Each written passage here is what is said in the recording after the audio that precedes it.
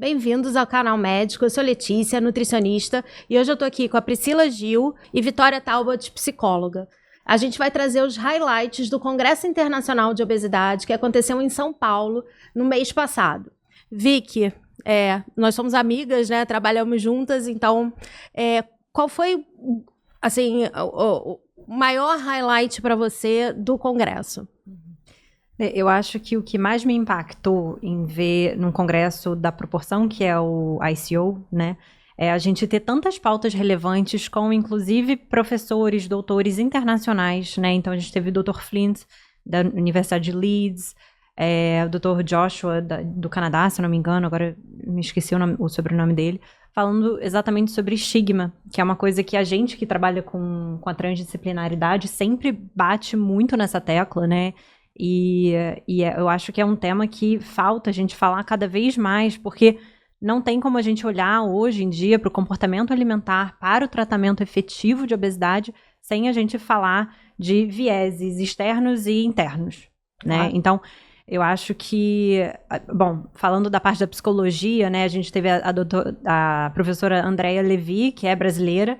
Ela levou pautas super importantes, né? Ela falou das principais abordagens, né, da psicoterapia. Então, a gente viu a TCC sendo mencionada, a DBT, que é a minha especialidade. A gente falou de ACT também lá no congresso e de terapia interpessoal, enquanto abordagens relevantes, né, para o tratamento de obesidade.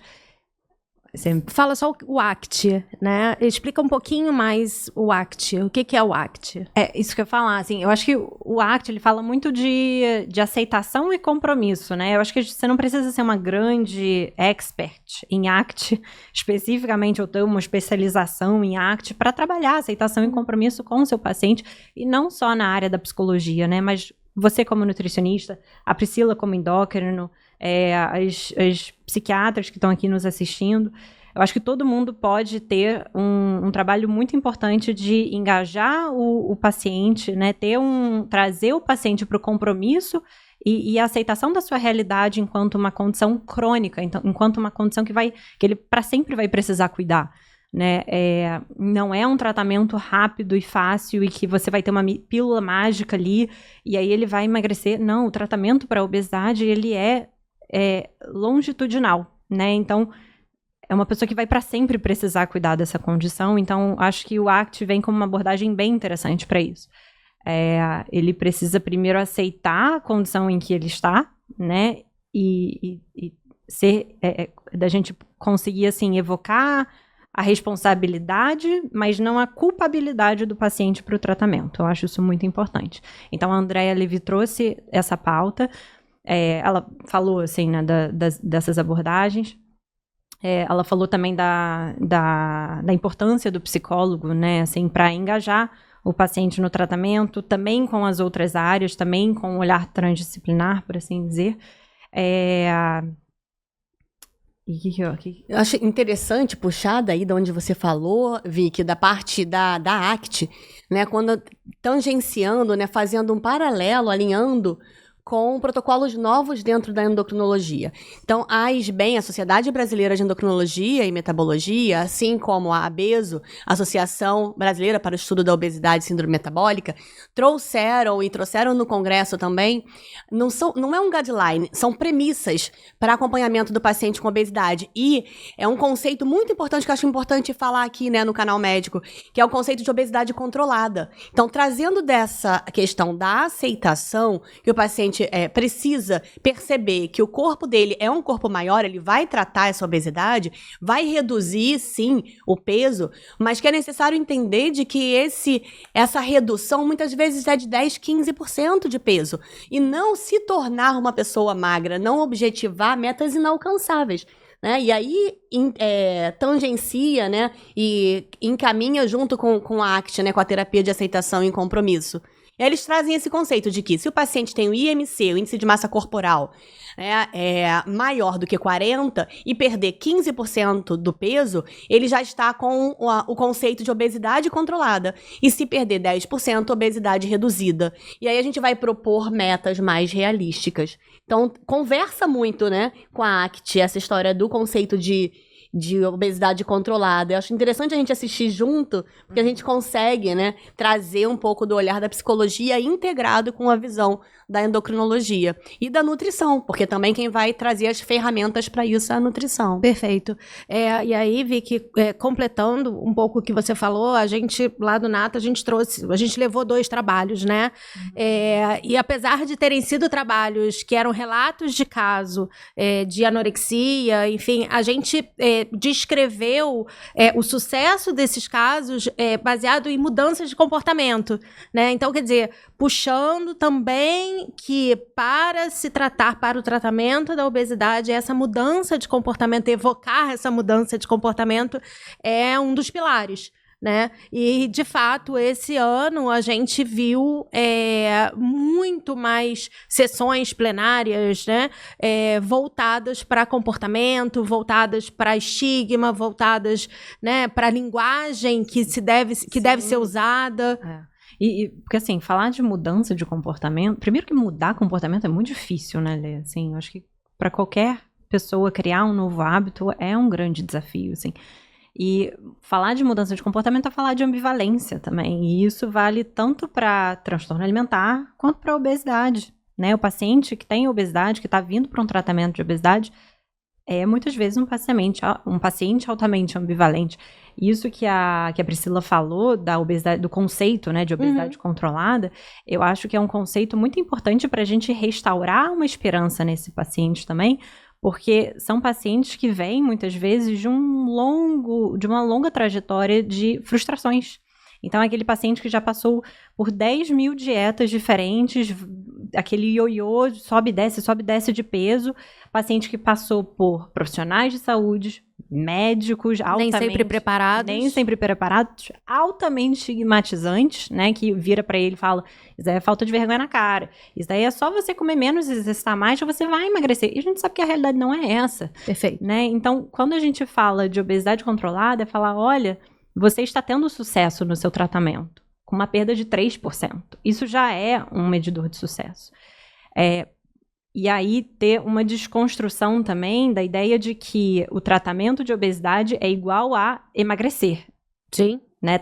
Eu vou tratar a minha obesidade, então eu vou ter o corpo lá que eu quero X. Não é sobre isso. Assim, o olhar para a estética não é a nossa prioridade, assim. Sim. E isso pode ser altamente frustrante também, né? Porque talvez ele venha com essa expectativa e, de certa forma, a gente frustra um pouco essa expectativa dele também. Hoje a gente precisa ir para muito além do IMC, e isso foi muito conceituado em diversas palestras, né? O professor Sean Wharton, que é canadense, né? Universidade de Toronto. É o quê? Universidade de Toronto. Universidade de Toronto, do Canadá, exatamente. Ele traz, em algumas palestras dele, a questão do estigma muito forte, traz a desconstrução do IMC. Inclusive, tem uma hora que ele fala assim, uma paciente com IMC de 31, com uma gordura mais ginecoide, ou seja, uma gordura que não é visceral, e que não tem síndrome metabólica, não tem doença, não tem diabetes, não tem hipertensão, o que ela tem? Aí todo mundo para assim, e ele fala, ela é linda. Então, se essa paciente não precisa necessariamente de todas as ferramentas necessárias para o tratamento da obesidade, então ele traz que a gente precisa reclassificar, e hoje se fala muito em reclassificação da obesidade, em colocar em estágios de acordo com a doença metabólica que essa paciente tem. E se ela não tem doença metabólica nenhuma ainda, ela pode ser um estágio 0, principalmente se a gordura é mais ginecoide, é mais de quadril, e tem capacidade de expansão periférica de gordura, de coxa, de perna, né? Então, ele traz muito isso, ele trouxe muito do estigma, né? E trouxe muito dessa questão de reclassificar o IMC e como abordar o paciente com obesidade. Completando só o que a Vitória estava falando, né? E a gente ainda dentro desse tema de comportamento, assim, é muito comum na nossa prática a gente ver, né? O paciente que chega no consultório da nutricionista e aí você não vai me passar uma dieta, como assim? Né? E a gente vem vendo cada vez mais com ciência, com estudo, né? Que não é óbvio, assim, a gente não vai tirar que o déficit calórico não precisa existir, não é sobre isso, né? Mas que é uma mudança e com uma visão mesmo ampliada, né, fora da caixa, com uma observação, um paciente como um todo, né? Uma das palestras, ou uma das sessões que a gente teve, eu acho que a gente estava juntas nessa, Priscila devia estar assistindo outra coisa, que a gente se dividiu bastante, né? Sim. Mas uma das que a gente estava, foi feito um estudo em que eles mostravam fotos de pessoas com obesidade, né, e outras magras, e perguntava para os pacientes qual dessas você escolheria como sua terapeuta. Eu assisti. Você estava com a gente. Foi forte. Pois é, foi assim, intenso. E o estigma, acho que a discussão que houve bastante, o estigma não só do paciente com o profissional, do profissional com o paciente. Então, assim, a gente vê o estigma enraizado, né? Entre os profissionais de saúde. Exato. Exatamente. Exato. Ele é altamente pervasivo, né? Isso é uma coisa que o Dr. Flint, lá da Universidade de Leeds, ele bate muito nessa tecla, assim, como a gente tem que ter uma desconstrução em muitas camadas, assim, do estigma e do preconceito com relação à obesidade. Ele pega uma linha do tempo que ele mostra em recortes de idades, né? Tanto o preconceito acontecendo e as nomenclaturas que são usadas, né? Então você pega nessa linha do tempo ali crianças de 5 anos que já apresentam uma preferência por corpos mais magros ou eutróficos, digamos assim, versus pessoas com corpos maiores, né? E aí eu acho que tinha um estudo que era com se fosse eleger um amiguinho na escola, uma coisa assim. Sim.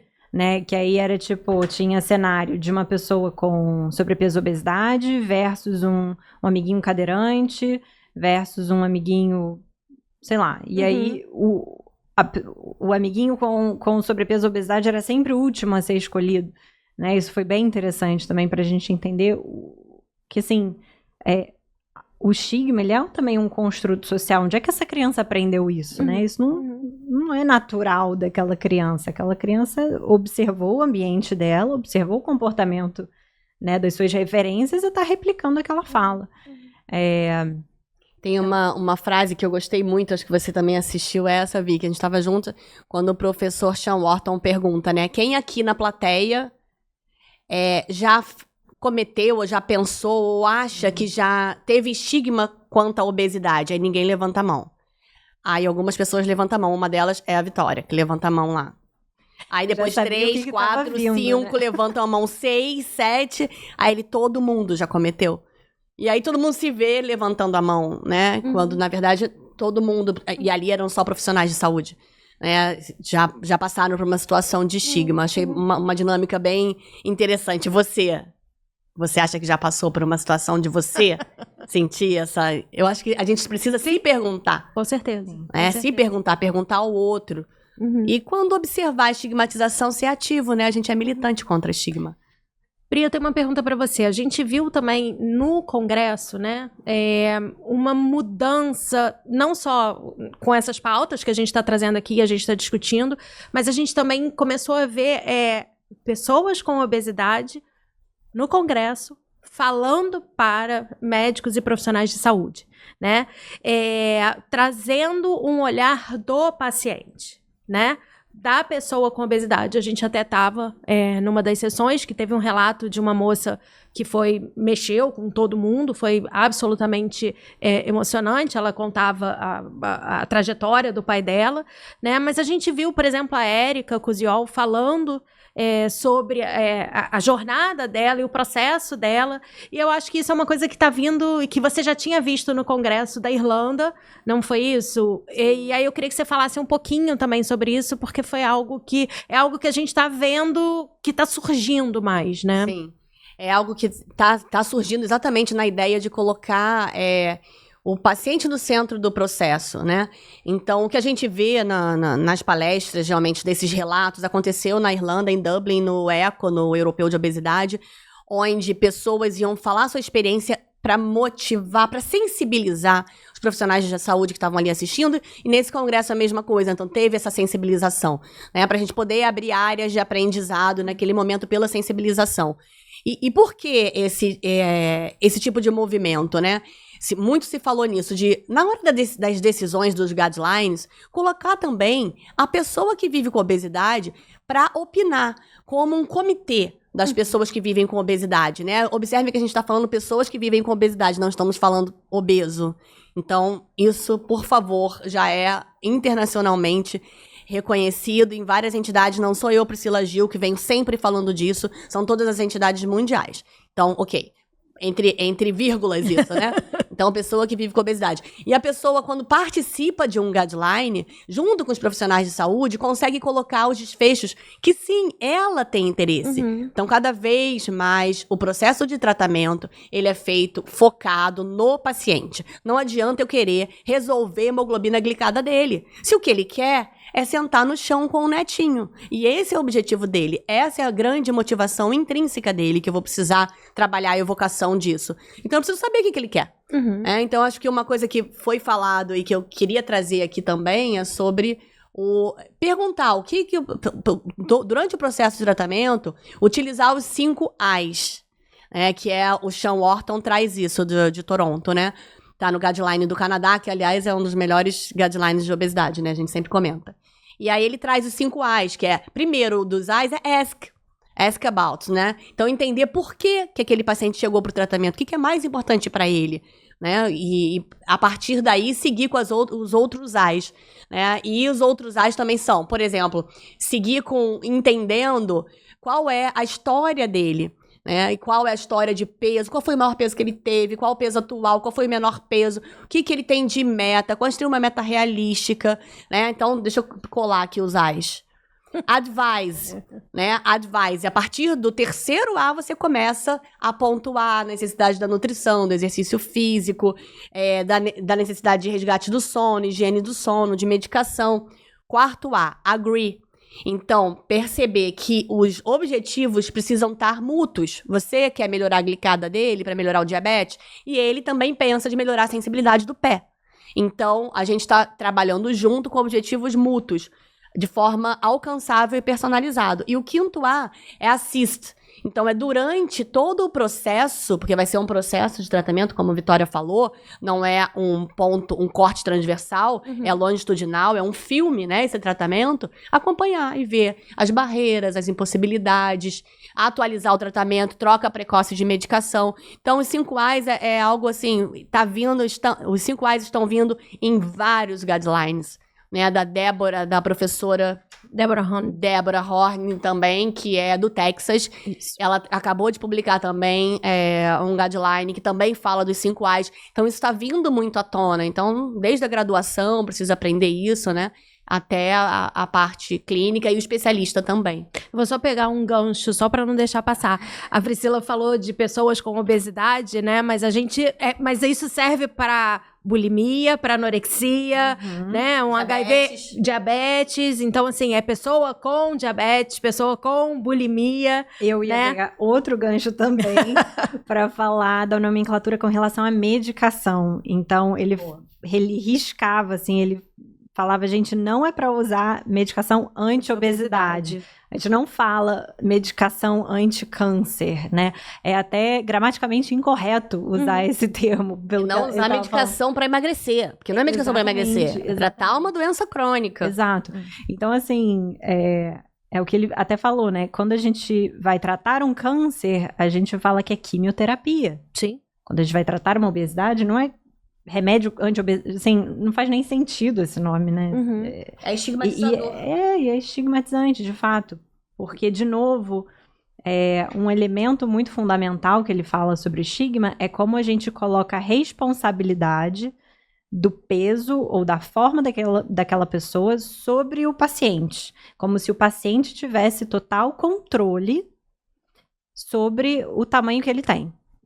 Isso tá muito longe de ser verdade, de novo, senão, como a Priscila disse, não sou eu, voz da minha cabeça falando, né, é ciência, a gente já tem muitas evidências, olhando, né, para aspectos biológicos, psicológicos, sociais, ambientais, que influenciam no tamanho daquela pessoa, e as coisas são multifatoriais e interdependentes, então são níveis de complexidade muito, muito além do que déficit calórico, né? E aí é interessante na imagem que ele traz, né, que o indivíduo, ele é o último da lista, na verdade. Então, a gente precisaria começar com políticas públicas baseadas em evidência, né? Então, não adianta ficar a cada 2 anos inventando uma política pública que não é efetiva, que não é eficaz e que não ajuda, de fato, os nossos pacientes.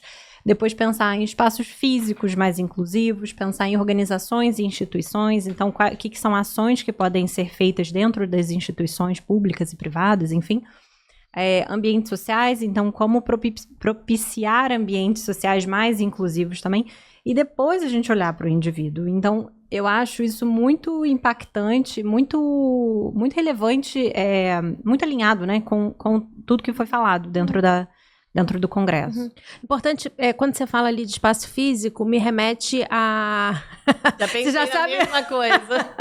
Pois é, a gente viu o Dr. Fábio Trujillo, né, falando sobre uma clínica de obesidade, né, e como abrir, como montar a sua clínica, e que me remeteu automaticamente à nossa dificuldade em abrir o nosso consultório, né, no sentido de que a gente não conseguia cadeiras que fossem bonitas, né? E que confortáveis, e que comportasse corpos maiores, né? Então eram cadeiras que iam até X quilos, 120, se eu não me engano, e a gente, para conseguir a de 180 e a de 250, né? E isso balança, isso tudo. Então, quando a gente fala de espaço físico e o quanto a gente também recebe pacientes na nossa clínica, né? Na nossa prática, que não conseguem fazer um exame porque não existe o aparelho que comporte ele. E Priscila,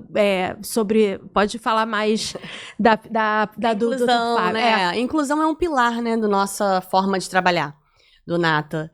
E o que a gente assistiu nessa palestra do Fábio, o Fábio é o atual presidente eleito da ABESO e presidente da FLASO, que é a Federação Latino-Americana de Obesidade. Ele e a Thaisa Trujillo falaram sobre como montar uma clínica, um espaço para inclusão de pessoas com obesidade, né? E uma coisa que a gente observou quando a gente foi montar a nossa clínica, que foi espaços que possam ter boa circulação, portas maiores, cadeiras que a gente consiga comprar, que sejam realmente, que não vá trazer vergonha ou medo naquele paciente, né? E além de adaptação, né, para a entrada, e esfigmomanômetros maiores para todos os tamanhos e menores também, porque a gente trata anorexia nervosa também e adolescentes.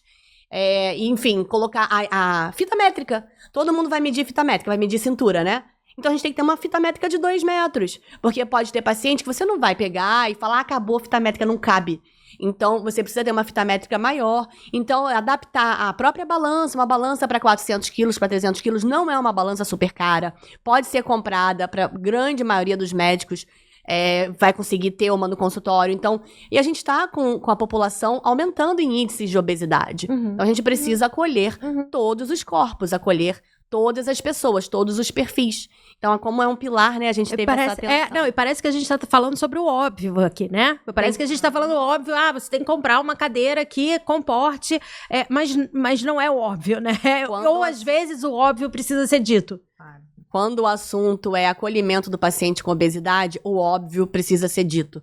Porque a tendência do ser humano é trabalhar em cima da vergonha do outro. Uhum. Quando a vergonha que o paciente passa traz uma palavra que você falou hoje, esquiva, traz o rechaço. O paciente que passa pela vergonha, ele se afasta do tratamento. Então, a gente vai precisar acolher esse paciente, né, e conseguir acolher todos os tipos de pacientes. Uhum. É muito curioso isso, né? Um fenômeno na nossa sociedade. Muitas pessoas acham que a vergonha é pedagógica, como se a gente vai ensinar algo a essa pessoa, humilhando ela, e a gente não vai, a gente só está afastando essa pessoa do tratamento, né? Então, as pessoas podem estar se perguntando, tá, legal, mas o que eu ganho enquanto profissional de saúde em não estigmatizar? O que eu ganho ouvindo vocês falarem sobre estigma? Você ganha um paciente aderente, ou pelo menos mais aderente do que se você chega na consulta com um paciente com sobrepeso e obesidade e humilha ele de alguma forma. Esse paciente, ele não vai voltar. E mesmo se ele voltar, né, Pri, ele vai omitir. ele não vai te falar verdadeiramente o que ele tá comendo, porque, de novo, ele tá com aquele estigma internalizado de que ele é o responsável, ele é o culpado, então ele é um fracasso. E uma frase muito legal que o Bruno Halpern até comentou, botou nos slides, eu acho, no ICO, é que pessoas não falham, tratamentos falham. Boa. E quando eu digo tratamento, não estou dizendo que você médico então falhou, ou você psicólogo então falhou. Não, é todo um sistema que falha. E falhar não necessariamente é uma coisa ruim. Vamos rever, né, retraçar rotas, olhar para outros novos caminhos, assim. Ótimo esse seu assunto, o assunto que você está puxando, porque linka com a palestra da professora Cíntia Cercato, que foi presidente da ABESO, até professora da USP, porque ela fala sobre falha de tratamento. E é isso, o tratamento falha. A gente precisa estar alinhado, em equipe, percebendo, né, o que está acontecendo naquele momento do tratamento para trazer novas ferramentas, né? Então, perceber, se o paciente chega, por exemplo, num platô, no momento que ele para de perder peso, o que eu posso trazer de ferramenta a mais? Será que trazer esse paciente mais perto, ela fala de trazer mais próximo, né? De você, o Congresso Internacional Americano de Diabetes, o ADA, da Association American Diabetes, traz a ideia de 16 consultas por 6 meses para aproximação, para tratamento do quê? Da obesidade desse paciente com diabetes. Uhum. Então, de ter essa consulta mais frequente, ela traz. Então, ela traz a consulta, a professora Cíntia traz a consulta mais frequente, a troca precoce de medicação, se realmente você perceber que não teve perda de 4% de peso naquele primeiro mês. Ela traz ingesta proteica para manter a taxa metabólica alta durante a perda de peso, taxa metabólica hiberna. Então, aí a gente vai ter o aumento da ingesta proteica para manter essa taxa metabólica, manter massa muscular, o exercício mantendo massa muscular. A associação de medicação precocemente, ela traz também, a gente precisar muitas vezes associar. E o tratamento como um processo de a longo prazo, como um filme, e não como uma foto transversal, como o paciente muitas vezes chega pra gente, achando que... E mês que vem eu paro o remédio? E só pra fazer um parênteses aqui, Pri, é importante diferenciar que um platô não é igual a um fracasso no tratamento, né? Um platô não é uma falha, faz parte do processo, é esperado, inclusive, né? E aí é isso, vamos ver o que funciona aqui, né? Vamos rever caminhos, etc. Não, só para deixar isso claro, assim, porque às vezes o paciente vem com essa crença também, né? De que se o número na balança não sai do lugar, então eu estou falhando, eu estou fazendo alguma coisa errada. E não, de forma alguma. Eu acho muito validante a gente poder falar isso para ele também. Sim, é validante. Acho que precisa esclarecer para ele o que é o platô. Esclarecer para ele não sentir culpa de novo de ter falhado. Não é uma falha, todo o processo de tratamento de obesidade vai ter o platô. Eu falo que a obesidade é a única doença que quanto mais você trata, mais difícil é tratar. E aí você tratou mais um ano, é mais difícil ainda. Então é um desafio contínuo, é por isso que a gente gosta, né? Pelo desafio. Mas é importante entender que esse platô, e explicar pra ele, olha, perdeu 1 quilo, aumentou 95 quilocalorias de fome. Perdeu 1 quilo, diminuiu o gasto energético em 25 quilocalorias. É isso, simples assim. Então, o que acontece é que durante a perda, vai aumentando a fome e vai diminuindo o gasto energético. E isso foi explicado em 1, 2, 3, 4, 5, 6 palestras. Todo mundo que chega fala desse conceito, até trazendo um pouco da questão de desestigmatização. E é necessário explicar para esse paciente que isso acontece, que esse processo de platô, ele é da própria adaptação, da evolução do ser humano, e que a gente precisa explicar para ele que ele não se culpabilize na hora do platô. Você falou sobre, quando você falou do paciente, que não é uma foto transversal, né?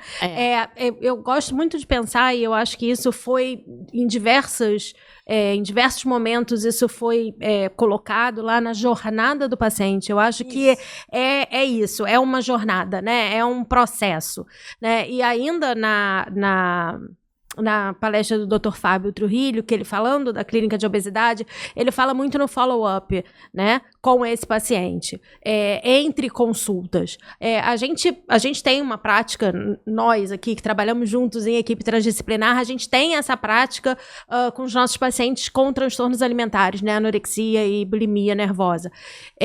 Mas que o paciente com obesidade também precisa desse, eu vou botar carinho, mas dessa aproximação, desse acolhimento, né? E aí o Dr. Fábio fala em follow-ups entre consultas, né? Para não esperar que depois de um mês o paciente vai voltar e tanta coisa aconteceu nesse mês, né? Que às vezes você, com esse contato entre consultas, você consegue identificar e mudar alguma coisa pequena que seja para a continuidade dessa jornada. Sim. É isso que eu ia falar, assim, às vezes a perda de peso é associada ao maior marcador de sucesso. Uhum. Isso não necessariamente é verdade, né? E a gente tem que tomar muito cuidado, eu digo, todo profissional de saúde, eu acho, tem que tomar muito cuidado para não empurrar, digamos assim, o paciente para um lugar do comer transtornado, inclusive, né? Porque senão vira uma coisa meio perder peso a qualquer custo, porque o número tem que estar descendo, e isso é muito problemático também. A gente precisa, já que estamos aqui, especialistas em transtornos alimentares, puxar esse gancho. Eu vou aproveitar e vou puxar a sardinha pro meu lado. A gente viu a palestra da doutora Renata Bressan, da USP, né? Ela falou um pouco sobre comer intuitivo. Não sei se todo mundo que está assistindo sabe o que é, como é que é essa abordagem, né? E foi uma palestra incrível, porque ela quebra aí alguns paradigmas, ela traz alguns estudos, né? Algumas meta-análises muito importantes. E, assim, o comer intuitivo, ele é uma abordagem que vai ajudar na organização, né? Ele vai respeitar a interocepção, a fome, a saciedade, e aí ela trouxe essas meta-análises que mostravam que o comer intuitivo, ele é uma ótima ferramenta e abordagem para a gente organizar esse paciente, né? Para que ele comece a ter novamente ali os sinais de fome e saciedade, conseguir respeitar, conseguir organizar. Por isso que eu falei que ia puxar a sardinha para o meu lado, porque o comer transtornado, né? Essa desorganização que a gente normalmente vê com pacientes que estão... E aí eu vou pegar o Living with Obesity, né? Que os professores internacionais estavam falando, né? Que vivem com a obesidade, então que ela serve para essa organização, que nesse momento de que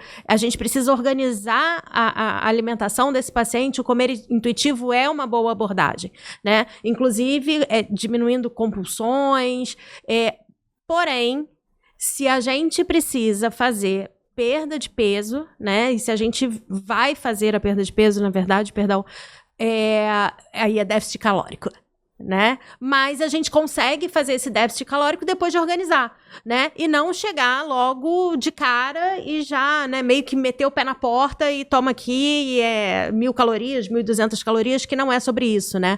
A jornada do paciente não é sobre isso, é muito mais do que isso, né? É interessante isso, porque é exatamente da forma que a gente trabalha, né? Exato. A gente traz essa primeira reforço de interocepção, honrar a fome, a atenção plena na alimentação, mindfulness eating, perceber sede, que às vezes se confunde com fome. E depois que essa parte está um pouco, pelo menos, organizada, a gente começa a proceder no déficit calórico. E aí tem uma hora nessa palestra da Renata Bressan, ela que levanta alguém no fundo e faz uma pergunta que eu achei muito interessante, que ela pergunta assim, mas nós fomos setados evolutivamente para ganhar peso e para poupar. Nós somos seres poupadores. Então, cada vez que se perde peso e você começa a liberar um comer intuitivo, você vai voltar a engordar e ganhar peso novamente. E realmente, então, durante a perda de peso e para proceder com a perda de peso, é necessário déficit calórico. Porque se deixar o comer intuitivo transbordar, digamos assim, vai vir a vontade novamente de comer doce, a vontade de comer... A fome aumentando em cada quilo, 95 calorias aumentando de fome. Então, não dá para trabalhar com comer intuitivo. Ela prova, mostrando os trabalhos randomizados, controlados. Ela mostra 3 ou 4 trabalhos mostrando que para a perda de peso não é o melhor caminho. Sim, e o comer intuitivo, ele é uma construção, né? A gente tem um longo caminho até chegar ao... Não é tipo, vai lá comer intuitivamente. Não é assim que funciona. Até porque se a gente for falar de comer intuitivo, né? E você tá numa desorganização completa, qual é o seu intuitivo? O meu intuitivo vai ser comer. A pessoa não sabe, até olhando, né, para os aspectos comportamentais, precisa haver uma psicoeducação sobre alimentação sem também, dúvida, né? E isso não sou só eu que posso fazer, Letícia pode fazer, Priscila pode fazer, mas para que aquele paciente também entenda, assim, o que são desencadeantes para ele. Porque uma coisa é um paciente que chega pra gente e fala, briguei com meu marido, sei lá, e comi um pacote inteiro de sei lá o quê. Tá, mas o que aconteceu nesse meio do caminho, assim? O que você sentiu? Como é que você tava? Aonde que você tava? O que você fez? Quais eram as emoções ali? Qual era o impulso que você teve? Então, a gente precisa abrir um pouquinho o leque para conseguir identificar desencadeantes e conseguir agir nesses desencadeantes também, né? Por isso que eu falo que não tem como trabalhar manejo de peso, obesidade, transtorno alimentar, sem trabalhar comportamento alimentar. E sem trabalhar em equipe transdisciplinar. De jeito nenhum, eu me recuso. E aí, assim, quando a gente tá falando da equipe transdisciplinar, né, e aí é uma coisa que a gente pode falar de carteirinha, você tá falando de pessoas que se interagem, né? O que é diferente da multidisciplinar, né? A multidisciplinar tem lá um médico que encabeça e cada um pensa muito dentro do seu pacotinho, né? E quando a gente está falando de transdisciplinar, é realmente uma engrenagem, né? É todo mundo junto e que aí faz com que tudo rode em conjunto. E aí o que faz... E aí eu vou puxar a sardinha de novo para o meu lado, que é a nutricionista que vai fazer formação em transtorno de personalidade, né? Quem é essa nutricionista? Não sei. Mas assim, a gente falou sobre estigma, a gente falou um pouco do comer intuitivo. Priscila, eu queria saber um pouquinho sobre o que foi discutido de medicação. A gente sabe, e aí isso foi até um comentário feito pela Vitória durante o congresso. Acho que foi a Vitória que comentou comigo, que falou assim, a gente estava meio que num limbo aí, né, de medicação, e de repente veio Lira, Sema, Lisdexa, e aí, né, e aí agora a gente tem diversas medicações que podem ser usadas. Eu queria saber de você, a gente pensando lá nos anos 90, 80, que é a hora que a gente entrega a idade, os remédios para emagrecer, eles traziam muito risco, né? Tinham riscos cardiovasculares, riscos mentais, né? Psíquicos. E eu queria saber de você, assim, hoje, o que a medicação que está aí no mercado e que a gente está vendo um boom dessas medicações, como é que elas vêm? Como é que elas aparecem, assim? Olha, posso dizer que eu tô há 25 anos esperando o que está acontecendo agora. Tá? 25 anos de formada, 25 anos esperando que chegassem medicações da forma que estão chegando. Ou seja, medicações que reduzem e não aumentam o risco cardiovascular, né, como a gente viu com as medicações anteriores. Então, hoje a gente sabe que uma medicação tipo a semaglutida pode diminuir em 20% o risco de eventos cardiovasculares, de morte por AVC, por infarto, e 20% por todas as causas de morte. Redução de desfecho renal, de hemodiálise, redução de osteoartrite. Então, cada vez a gente está mais seguro, né? E a gente não consigo falar arsenal, a gente não tem arsenal terapêutico ainda. A gente tem um pouquinho mais na caixinha, né? Então, a gente está ampliando espectros e individualizando, digamos, mais personalizando o tratamento. Uhum. Então, aquele paciente com um comer transtornado que tenha um transtorno de compulsão alimentar, a gente pode associar uma lisdexanfetamina ao tratamento da obesidade. Ele vai tratar o transtorno de compulsão alimentar, mas pode ser associado. Quando o paciente tem um comer, mas não conseguir se saciar, e aí eu tô fenotipando esse paciente, né? Se ele não consegue se saciar, não sente a saciação precoce naquele momento da refeição, a gente vai usar o análogo de GLP-1 para cobrir essa saciação.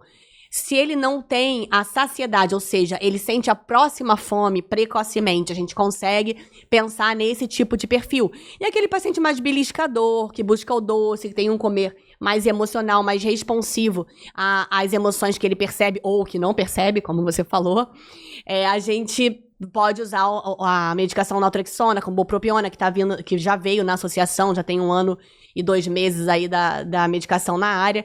Então, a gente pode prescrever já pegando esse perfil e associar as medicações. Então, cada vez mais a gente consegue individualizar, personalizar de acordo com o perfil do comportamento alimentar dele, né?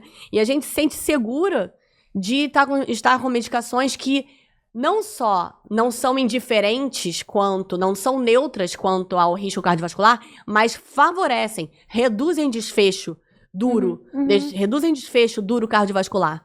Então, é um momento que eu estava esperando muito, e a gente ter segurança de passar medicações desse tipo. E estão vindo medicações mais potentes, que vão alcançar uma perda de 25% a 30%, está chegando a semaglutida 2.4 em 24 de agosto, o lançamento, para início de 2025, tirzepatida, e a gente tem as associações, vai ter a cagrilintida, então a gente tem outras medicações, que essa especificamente é responsável pelo aumento da amilina, que também gera saciedade. Então, o que a gente está percebendo é que associar várias funções, várias ações, por exemplo, análogo de GLP-1, mais análogo de GIP, mais glucagon, que era vilão, teve uma palestra só disso, do professor Amélio Godoy, maravilhosa, do IED, que ele falou sobre o glucagon sendo o antigo vilão, e hoje, por ser um hormônio catabólico, ter a sua função. É só a gente titular o quanto que a gente bota de glucagon, não botar demais para ele não fazer aumento de glicose, mas colocar a ponto dele ser catabólico em relação ao GLP-1, equilibrar glucagon com o GLP-1 e conseguir ação dupla ou tripla. Então a gente vai ter ações mais intensas. Glucagon aumenta tecido adiposo marrom, aumenta lipólise, aumenta a ação de termogênese. Então a gente pode aproveitar a parte boa dele, sem aproveitar a parte ruim, já que ele aumenta a glicose. É só equilibrar com o GLP-1. Então a gente consegue hoje ter medicações inteligentes nesse sentido. Né? Claro que o pipeline das medicações está aí vindo forte e caro. A gente não tem ainda o acesso a todo esse sistema que a Vitória trouxe do sistema de saúde, políticas de política públicas. de Estado. Está começando, caminhando muito lentamente para trazer os análogos de GLP-1, por exemplo, para dentro do SUS, né? O IED já tem. É o único local do Brasil que tem um análogo que eu saiba. Então a gente está caminhando devagar para a política pública. E mas eles sempre estão com aí. um olhar também cuidadoso para potenciais psicopatologias alimentares, né? Então, com quem que você vai usar essa medicação, de que forma que você vai usar a medicação, se houve, né, uma boa avaliação desse paciente, né, para fazer um recorte ali da psiquiatria, né? Sim. Sim, essa a importância de ter o cuidado olhar, sempre, né? Se esse paciente que você está prescrevendo, ele está tendo uma restrição alimentar decorrente da medicação e causando um déficit calórico, ok, ou se aquela restrição alimentar virou uma restrição alimentar patológica. E aí a gente pode estar deflagrando um transtorno alimentar. Então, esse cuidado, esse olhar, questionários de transtorno alimentar, ter o telefone do psiquiatra para ligar, para fazer essa equipe multidisciplinar, que seja pelo menos, ou interdisciplinar, quiçá transdisciplinar, ou ligar para a psicologia, fazer esse contato, é muito importante para qualquer sinal de alerta ser deflagrado por qualquer um que esteja vendo esse paciente. E aí a gente volta ao transtorno alimentar, né? Voltamos, claro. A gente volta. Sempre Que não puxando a sardinha, né? Com certeza. Mas é porque não dá pra gente separar, né? Os dois, assim. E o momento que o paciente entra no seu consultório, é importante que você tenha esse olhar atento também, né? É claro que não é qualquer um que vai conseguir fazer ali, né? Na triagem, identificar, mas é algo que precisa estar também ali voando por ali, exato, com sinal de alerta, exatamente. O que mais, Pri? O que você achou, assim, em relação aos estudos? Enfim, eu confesso que a parte de estudos com ratos e etc. Eu fui pra parte comportamental. Assisti uma de ratos muito boa. Muito boa. Eu dei uma fugida nesse. Eu tava ali na saúde pública, eu tava no comportamento, no Eu estigma. gostei muito, uma que o professor Bruno Gelonesi, da Unicamp, fala, onde se estudou lá, ele estudou muito, né? Tem um laboratório do professor Lício Veloso, de hipotálamo, né? Na Unicamp, muito legal. E ele traz a ideia, o estudo de que as filhas aí a gente pode falar obesas, porque são ratas. Tudo bem. Ratas obesas, Tá tudo explicado. bem, tá explicado. Ele fala ratas obesas e depois ele muda rapidinho pra paciente com obesidade. Engraçado como o ser humano faz essa mudança, né? Ele traz as filhas da prole de ratas obesas desenvolvem um distúrbio metabólico muito precoce, antes mesmo de ganhar peso, as ratinhas, tá? Então, a mãe que tem obesidade passa para os seus filhos genes relacionados a isso. O pai também, a gente já estudou sobre isso. Os pais, o próprio espermatozoide selecionado pode passar para o filho a questão metabólica. E esse feto, essa prole de mãe e pai com obesidade, se ambos tiverem, chega a 80% do risco dessa prole ter obesidade, tá? Então ele mostra nos estudos de rato, que foi bastante interessante, que a gente faz o paralelo. Mas não assisti muito estudo de rato, não. Também eu quero saber mais sobre o ser humano. Mas teve cada vez menos, né? Menos estudos básicos. Muito sobre comportamento. Foi uma questão do congresso. Muito trazendo de comportamento, trazendo de estigma, trazendo do acolhimento e menos a ciência básica. Sim. Salas lotadas. Bem significativo. Né? Salas lotadas. E aí eu vou trazer, de novo, vou puxar a sardinha pro meu lado. Eu acho que foi logo no primeiro dia, então, no final do primeiro dia, a gente já estava... Porque, né, aquilo, congresso é um bombardeio de informações, várias abas abertas, e aí a gente foi assistir do ultraprocessado. Acho que Vitória tava eu, a gente tava junto. Com o Dr. Carlos, professor Carlos Monteiro, né? Para quem não sabe, ele é um médico epidemiologista da USP, né, ajudou na criação do nosso guia alimentar para a população brasileira, que é utilizado aí como base em vários lugares do mundo. A gente tem que ter muito orgulho do nosso guia alimentar. E ele trouxe uma questão... ele e Maria Laura Lousada, também da USP do Nupens, os dois. Eles trouxeram uma palestra e assim, falas e estudos sobre ultraprocessados que foi super interessante, né? Inclusive trazendo eles trouxeram um gráfico que era muito nítido, que você via que os alimentos in natura, antes a gente tinha os alimentos in natura mais baratos, ultraprocessados muito caros, e ele vai mostrando ao longo do tempo como o preço, né, o valor, eles se aproximam, né? E aí o valor é o mesmo, tá? Um ultraprocessado ou um alimento in natura. É mais rápido um ultraprocessado. Você vai comprar qual? Então, ele trouxe esse paralelo, né? Ele falou bastante sobre como o aumento de alimentos ultraprocessados, não só no Brasil, mas como no mundo inteiro, aumentou drasticamente. Existe esse consumo desenfreado, né? E foi bastante interessante, né? Porque a gente sabe que os ultraprocessados, eles contribuem para o aumento de peso, né? Vitória estava nessa? Eu acho que eu estava em outra sala. É provável, porque a gente se dividia para conquistar, né? Mas Priscila estava o mundo. Ali eu achei interessante que ele coloca a Anvisa e a Abeso conseguiram, né? A Abeso conseguiu, através da Anvisa, colocar taxas de açúcar, de taxas frontais, né? Isso. De açúcar, de... Rotulagem frontal, de açúcar, de sal e de gordura na frente dos alimentos. E aí ele propõe, por que não uma tarja de ultraprocessado? Isso. Né? Porque ele mostra um iogurte que era zero lactose, zero gordura, zero, mas quando você pega o rótulo que você lê, ele tem todos os outros Acidulante, conservante, Exato. todas as substâncias. adoçantes e todos eles. E aí é uma proposta, ele faz essa proposta de que também haja a rotulagem frontal para esses alimentos. Porque aí você pega um iogurte, tá lá, alto teor de açúcar, e você pega esse outro que também tem substâncias, né, que não são... Oi? Nocivas, exato. E não tem nenhuma rotulagem. Então, ele traz uma discussão em cima disso também, né? Trazendo essa parte da alimentação, da dieta também, qual é a melhor dieta para tratar a obesidade? Também, quem deu a palestra foi a professora Ana Maria Lotenberg, da Unifesp. E é bem legal que ela traz assim, a gente precisa do déficit calórico. É isso. Se você vai fazer uma dieta mediterrânea, se vai fazer uma low carb, se vai fazer uma dieta equilibrada, entre aspas, porque equilibrada pendendo mais para carboidrato, mas tudo bem, isso é uma discussão à parte, você precisa do déficit calórico.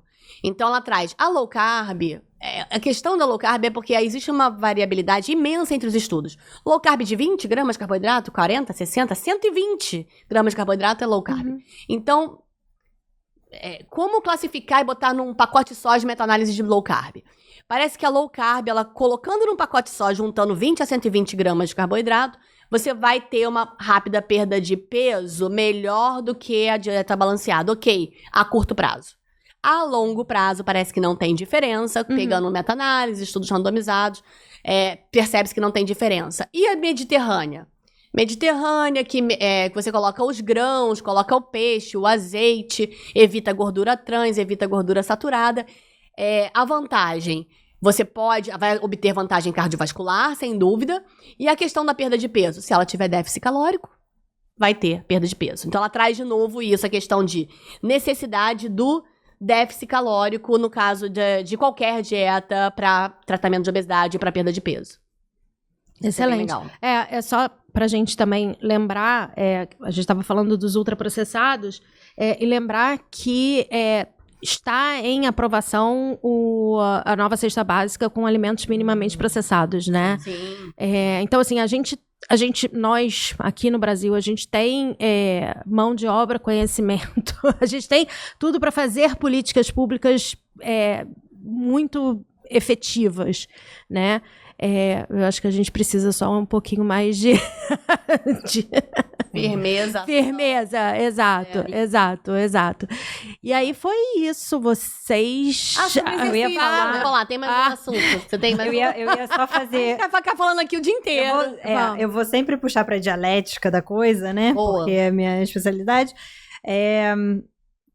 Mas sempre que a gente entra nesse assunto dos ultraprocessados e alimentação, gente, é óbvio que a gente quer uma alimentação saudável, maravilhosa, piriri pororó para a nossa população, mas vamos não também fazer um super mega terrorismo nutricional. Jamais. Né? Jamais. Não, a gente eu sei que jamais. Eu estou falando pessoas que estão aqui nos ouvindo. Como generalistas, né? E não como especialistas em transformação. E isso foi falado também, né? O risco cardiometabólico para o paciente com sobrepeso e obesidade é muito mais relevante naqueles pacientes que têm o efeito ioiô, né? Então, aquele ganha-perde,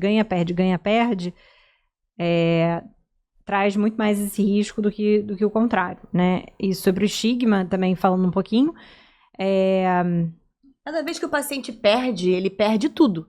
Ele perde massa muscular, ele perde gordura. Sim. Quando ele ganha o quê? Gordura. Perdeu de novo, perdeu massa muscular, perdeu gordura. Ganhou o quê? Ganhou gordura. Então, nesse processo, ele vai ficando só com gordura e menos massa muscular. Menos massa muscular, mais risco metabólico. Então, esse processo, ele é de muito risco para doença metabólica, realmente. Importante você ter trazido isso. Sim. Você ia falar sobre exercício? Eu ia falar ultraprocessado, voltando lá. Ultraprocessado. A gente acha que roda. Ultraprocessado e exercício. Ultraprocessado, que eu ia falar é o seguinte, sobre essa questão que a fome, ela não é só de homeostase hipotalâmica, o quanto se tem o hipotálamo como foi falado em algumas palestras isso, como um regulador homeostático do corpo, quanto tem de estoque, e se a gente está depletado de estoque, se está definhando, a gente vai ter fome e regular a fome para mais, a saciedade para menos. não é só dessa forma que a gente come. E aí também deixa pra você, Vicky. A gente come também por emoções, a gente come pelo Pra social. regular a emoção, né? Pra regular as emoções que a gente sabe que a gente nem reconhece. Então a gente vai ter o comer também, além do comer de emoção e da fome hipotalâmica, que é a fome límbica e a fome hipotalâmica, a gente tem, e foi falado pelo Sean Wharton de forma muito legal, que eu nunca tinha pensado dessa forma, que aliás, ele trouxe muita novidade pra gente, foi muito boa a palestra dele. Quem tiver feito inscrição no ICO, vale a pena assistir a palestra do Sean Wharton. Ele fala do... online, né? Inscrição online. Tem quem vai assistir online ainda, né? Do poder executivo de controle, né? E eu sempre penso nesse freio pré-frontal do nosso poder executivo de controle. Então, a gente pode frear o impulso com o nosso controle de córtex pré-frontal, beleza. A questão esse pré-frontal tá cansado no final da tarde, já trabalhou muito, aí você já começa a não ter mais esse freio tão ativo. Então, eu achei interessante a forma que ele colocou. A gente sabe que a compulsão, a beliscação, essa perda de controle vem muito ao final da tarde, e sempre estudei como queda do cortisol, entrada da melatonina, uma questão energética do corpo, sol que sai, mas tem a questão do córtex pré-frontal tá cansado. Achei muito legal ele falando isso.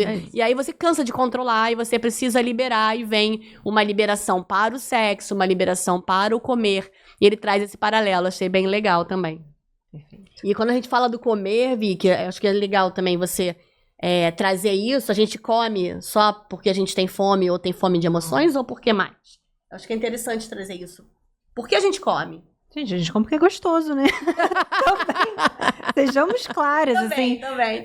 Imagina, se fosse só como se fosse uma pílula, né? Tipo, então toma essa pílula aí com os nutrientes e macronutrientes. Gente, esse é um saco na nossa vida. É óbvio que a gente come por prazer e não tem nada de errado com isso. A gente não precisa demonizar o comer hedônico também, né? A gente tem que olhar para como a gente come, mais do que qualquer outra coisa, acho eu, tá? E eu trouxe umas informações, eu acho que relevantes aqui tô com a minha cola também. Também tô com a minha cola, mas uma coisa que a gente tava foram falando sobre... 5 dias de congresso, gente, não... de 8 da manhã, às 7 da noite. Assim. Total, não tem como lembrar de tudo, sinto muito. Mas alguns dados alarmantes, né? Voltando para o Dr. Flint, para o Shigma, etc., ele fala que 57% dos profissionais de saúde acreditam que a obesidade pode ser totalmente prevenida com um estilo de vida saudável. Sim. E basta. Esquece genética, esquece ambiente, esquece que você acorda 3 horas antes pra deslocar o Rio de Janeiro inteiro pra ir trabalhar do outro lado da Baixada ou do lado da Zona Sul, e não vai conseguir mais nada fazer exercício. E isso é muito problemático também, porque é muito invalidante, né? Que você fala, vai lá, querido, tem um estilo de vida saudável. Exato. Como se fosse a coisa mais fácil, mais intuitiva do mundo, e não é. E aí ele trouxe um outro estudo também de 2019, não sei se era do Lancet, acho que não, mas era um estudo...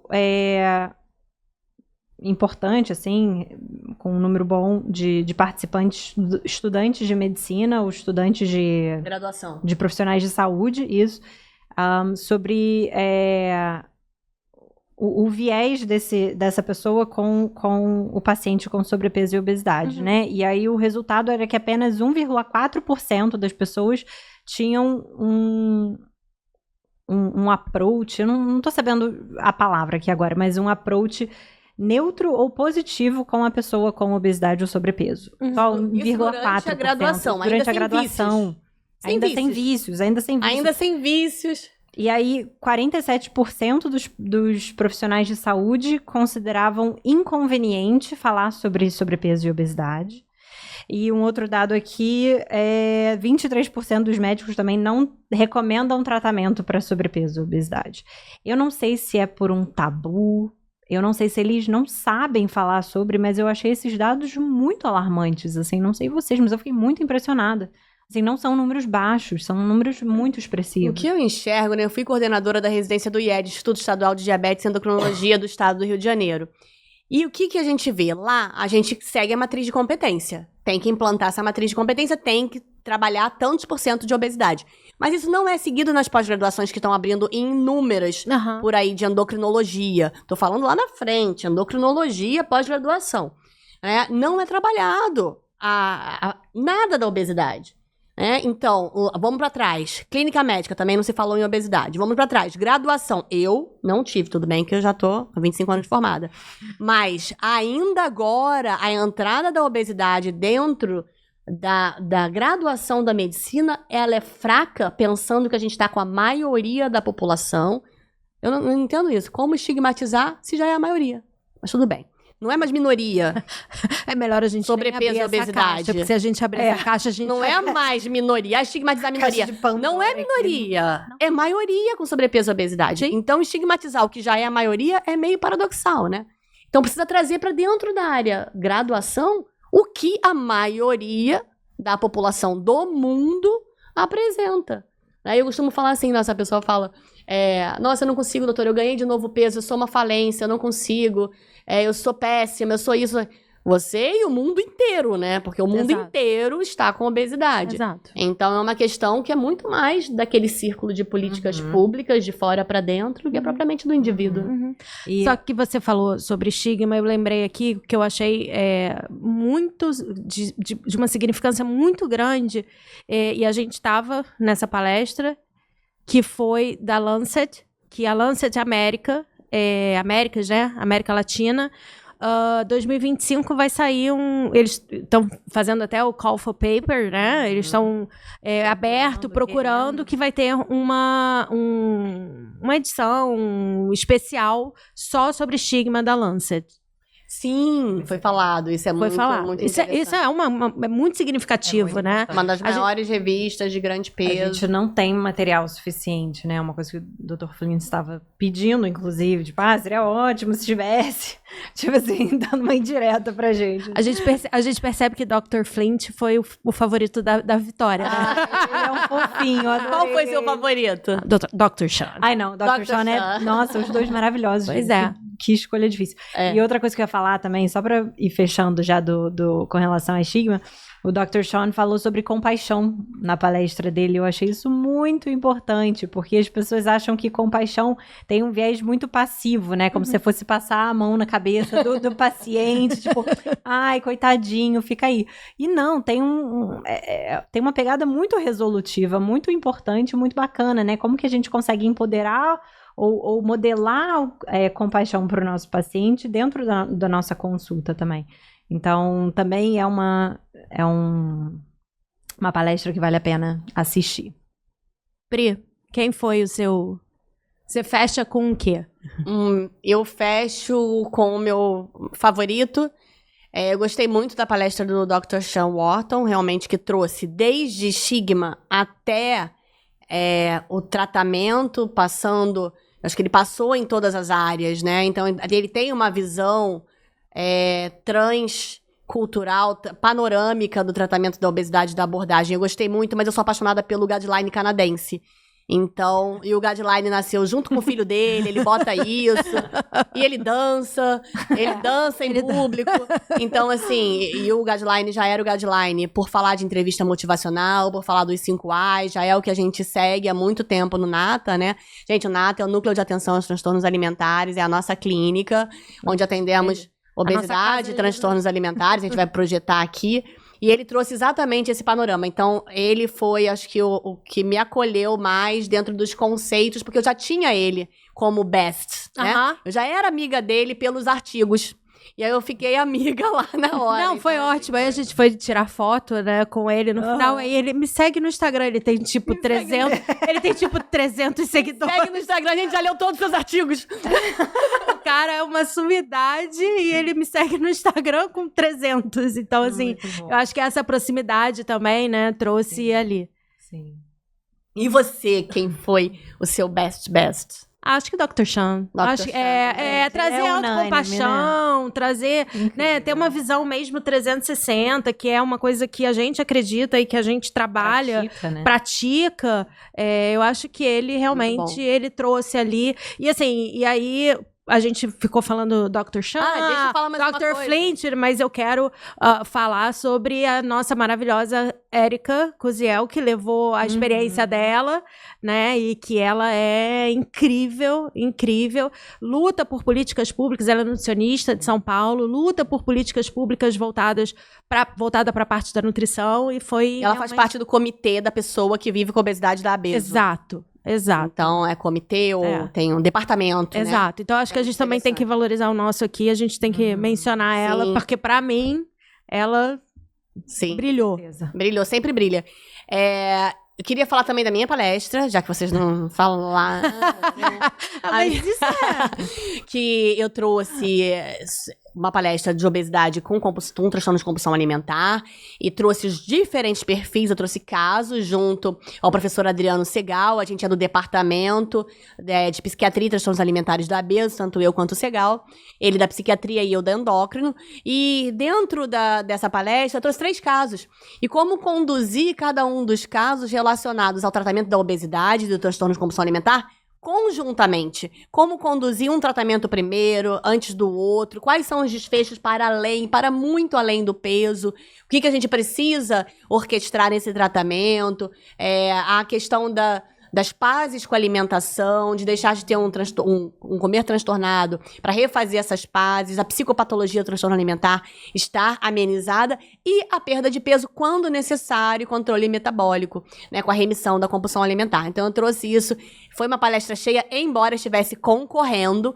com o Dr. Valmir Coutinho, presidente do congresso, que eu queria dar parabéns, que foi um congresso maravilhoso, é o meu querido professor, mentor dentro da endocrinologia. Se eu coloco alguém no pedestal, é o professor Valmir Coutinho, que era o presidente do congresso, junto com o presidente da Abeso, Bruno Halper, e que estava ali brilhando e que trouxe esse brilho, né? E paralelo à minha palestra, eu consegui botar alguém ainda lá dentro, achei ótimo. Não, olha só, ela tá falando que a gente não falou, mas eu e Vitória éramos a primeira da fila pra entrar.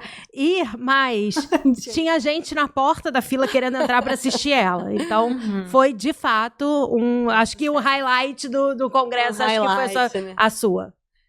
Então, assim, parabenizar a todos que organizaram, porque não é fácil, é um trabalho muito grande organizar um congresso de tal nível, né? O Brasil foi eleito no congresso da Austrália, era a gestão ainda da Cíntia Cercato, que estava fazendo a gestão da Abeso, quando submeteu a possibilidade de candidatura do Brasil para o congresso OICO, e ganhou. Então, assim, foi foi um grande desafio para os organizadores e a gente pôde desfrutar disso tudo, participando como palestrante e muito mais, aprendendo muito e trazendo agora aqui para vocês tudo que a gente pôde aprender, um pouquinho do que a gente pôde aprender. E foi muito bom poder trabalhar em equipe, nossa, transdisciplinar, com atualização, com a medicina baseada em evidência, que é inclusive a campanha do ano, deste ano, do Dia Mundial de Ação para os Transtornos Alimentares, é a parte das evidências, né? De trabalhar com evidências. É uma das partes da campanha desse ano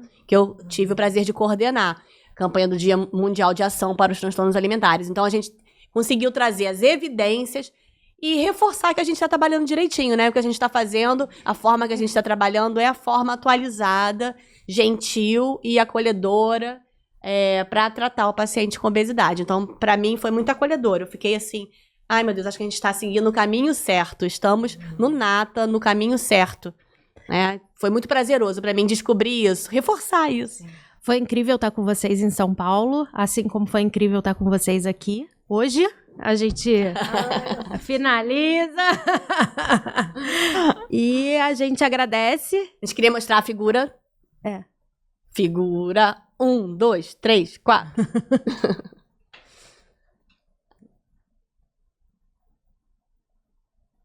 Não, é a mão dura. São os coordenadores do NATA. Maíra Harris é psiquiatra, Thaís Conde, coordenadora da nutrição, Felipe Feijó, coordenador da parte de psicologia, diretor técnico, Letícia e eu, Eu sou coordenadora de comunicação. Letícia é coordenadora de comunicação e nutricionista. Eu, coordenadora científica E de endocrinologista. A nossa equipe se expandiu. Hoje estamos em 16 no total. E temos de lilás os psicólogos. Preto e branco, o nosso professor de educação física com 20 anos de experiência em transtorno alimentar. Temos psiquiatra à direita. De vermelho, a cardiologista especialista em transtorno alimentar. De verde, os endocrinologistas. E a Rafa era para estar lá de roxo, junto com os psicólogos. Então, temos uma equipe expandida, que estamos há 7 anos trabalhando juntos, de equipe transdisciplinar, onde 1 mais 1 são 3. Sempre. Então, é sempre. E a nossa casa. Exato. Quem quiser, o QR Code está aí para seguir o Instagram. A gente tem um ambiente acolhedor, com grandes espaços, com material, como a gente falou, né, para acolher todos os corpos e todos os tipos, né, de personalidades que venham a nos procurar. Famílias também. E agradecemos. Vicky, quer terminar falando você que tem as boas palavras? Adorei essa referência.